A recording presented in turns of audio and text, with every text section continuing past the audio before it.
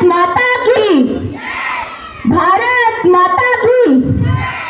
वीरांजलि से देश प्रेम की ज्योत जलाने आया हूँ, क्रांति पथ पर कुछ वीरों की कथा सुनाने आया हूँ। जिन बेटों ने अपने लहू से माँ भारत को तिलक किया, मैं उसी तिलक में कलम डुबोकर कथा सुनाने आया हूँ, कथा सुनाने आया हूँ। गुरुजनों और महाजनों की उपस्थिति में मैं अखिलेश शंकर आप सभी को स्वतंत्रता दिवस की हार्दिक बधाई देता हूँ।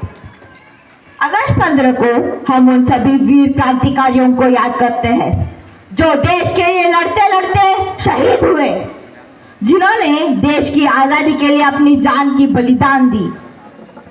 इस दिन हमें नामी और अज्ञात वीर जवानों को याद करके श्रद्धांजलि अर्पित करनी चाहिए। कहा जाता है कि देश की आजादी के लिए जिन लोगों ने अपनी जान की बलिदान दी, उन लोगों का नाम और योगदान इतिहास के पन्नों में पहचाना नहीं गया, जिसके वो हकदार थे। राजनीति से खरीदी नहीं है, नहीं मिली है पैसों से, सौदा लहू के मोल हुआ है भगत सिंह के जैसों से, भगत सिंह के जैसों से। आज मैं भारत के महान स्वतंत्रता सेनानी भगवान बिरसा मुंडा जी के बारे में बोल रहा हूँ। भगवान बिरसा मुंडा जी एक स्वतंत्रता सेनानी थे और इसके साथ साथ एक आदिवासी समाज के महानायक भी थे। भगवान बिरसा मुंडा जी का जन्म झारखंड में हुआ था।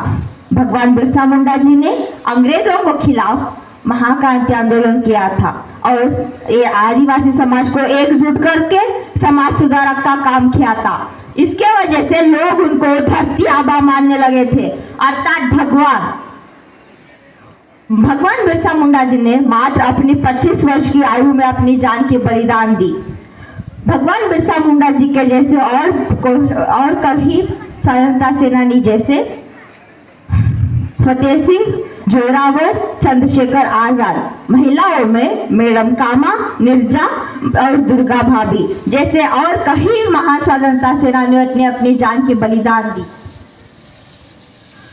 जीत के खातिर बस जुनून चाहिए, जीत के खातिर बस जुनून चाहिए, जिसमें उबाल हो ऐसा खून चाहिए।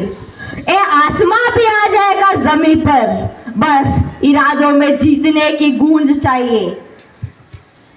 मित्रों, हम 2014 के बाद भारत देश का सामर्थ्य का स्वर बदला है, आत्मविश्वास का स्तर बदला है और दूसरे देशों के सामने भारत को देखने का असर भी बदला है। मित्रों, एक समय ऐसा भी था जब भारत के पास राइफल खरीदने तक पैसे नहीं थे।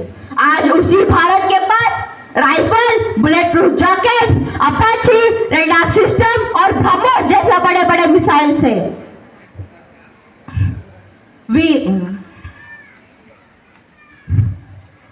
किताब सिर्फ पन्ना नहीं होता, किताब भविष्य की चाबी होती है। कक्षा सिर्फ कमरा नहीं होता, कक्षा तो भारत का निर्माण स्थल होता है। बच्चे सिर्फ विद्यार्थियां नहीं होते, बच्चे तो देश के निर्माता होते हैं। देश को कमजोर करने वाले बस सीमा के पार ही नहीं होते, कभी कभार हमारे भीतर भी होते हैं। अब भारत को मेहनत करने वाली पीढ़ी चाहिए। अब हमारी बारी है कि भारत की इतिहास को एक नया मोड़ दे और वीरों वाली सपनों वाली भारत को भूमि को सजाए। ए इंसान, तुम्हें पत्थर में भगवान दिखाई देते हैं, गाय में माँ दिखाई देती है, कौवे में सारे पूर्वज दिखाई देते हैं, पर इंसान में इंसान क्यों नहीं दिखाई देता? आजकल शिक्षा के जहाज बड़े शौक से डुबाए जा रहे हैं। आजकल के युवाओं के आंखों के सपनों में समाज बदलने की चर्चा होनी चाहिए। आज उन युवाओं के आंखों में राजकीय पक्ष बदलने की बात हो रही है। समाज बदलेगा भी कैसे? गरीब के पास हिम्मत नहीं है, मध्यम के पास वक्त नहीं है, अमीरों को तो इसकी जरूरत ही नहीं है। आजकल के युवा इस पर भी थोड़ा ध्यान दे। चिता की अग्नि, गंगा का पानी, कब्र की मिट्टी और लोबान भी मैं हूँ। पीर फकीर अली वली सियावर राम का हनुमान भी मैं हूँ। इस धरती का केंद्र बिंदु मैं भारत हूँ। भारत माता की जय।